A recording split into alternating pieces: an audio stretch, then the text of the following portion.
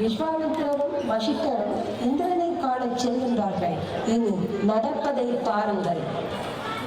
வணக்கம் ரிஷிகள, பூவுலகில் உண்மையுடனும் நீதியுடனும் அறத்தை வளர்த்து வரும் அரசர்கள் உள்ளார்களா? அவர்களை எனக்கு தெரிவிப்பீர்களா?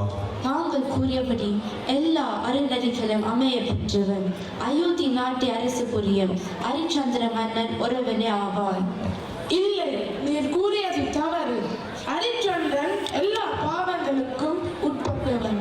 அவனும் ஒரு சாதாரண மனிதன்தான். அப்படி அரிச்சந்திரன் மேல் உமக்கு என்ன கோபம்? ஏன் இந்த விருந்தாவாது? மகரிஷிகள, உங்கள் வாதங்களை நிறுத்துங்கள். நீங்கள் கூறியவற்றை நிரூபித்து காட்டுங்கள்.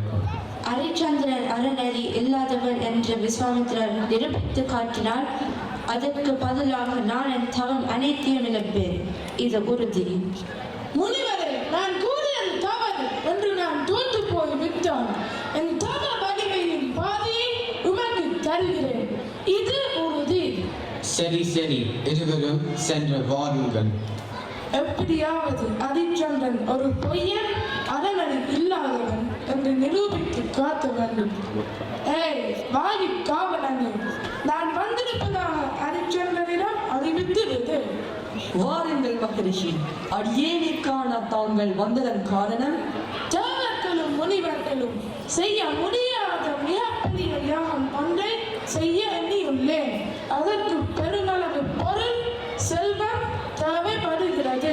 அவற்றை உன்னிடம் பெற்றுக்கொள்ள வந்துள்ளேன்.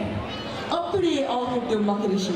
தங்கள் யாகம் சிறப்பாக அமைவதற்கு நான் உத்தரவாதம் அளிக்கின்றேன். என்னுடைய சிறப்பு யாகத்துக்கு உன் நாட்டில் உள்ள விலை மதிப்பெற்ற செல்வ வளங்களையும் பொன்பொருள் அனைத்தையும் தாரை வாட்டு கொடு. வேள்விக்கு ஆகுதி பொருட்கள் வாங்கும் பணத்தை நீ வேறு ஒரு தேசத்திற்கு சென்று வேலை செய்து அதனை கொடுக்க வேண்டும். பரம்பொருளே, இது என்ன சோதனை? என்ன யோசிக்கின்றான்? நீ சொன்ன வாக்கை காப்பாற்றுவாயா அல்லது? இல்லை முனிவரே, என் உயிரே போனாலும் என் வாக்கு தவறாது. என் சொல்லை நான் காப்பாற்றுவேன். சரி, நான் வருகிறேன். அரசர், இப்போது என்ன செய்வது?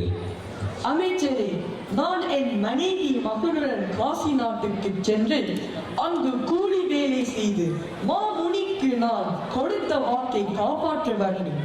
நீ இங்கு இருந்து நாட்டு மக்களை பார்த்துக்கொள். இல்லை அரசே, தாங்கள் இல்லாத இடத்தில் நானும் இருக்க மாட்டேன்.